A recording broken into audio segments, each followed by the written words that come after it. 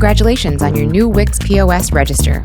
In this video, we'll show you how to plug in and connect your hardware.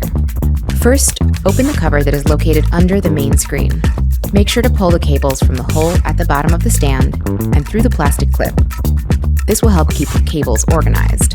Then plug your terminal into a power outlet. Since it doesn't operate on a battery, it must be plugged in at all times. Now that it's plugged in, the cash drawer and scanner must be connected directly to the terminal. Now that it's plugged in, let's connect the cash drawer and scanner to the terminal. Your cash drawer can be locked manually with a key. If the drawer is locked, it won't be able to open automatically. Now let's set up your printer. If you want to connect it directly to the terminal, plug in a USB.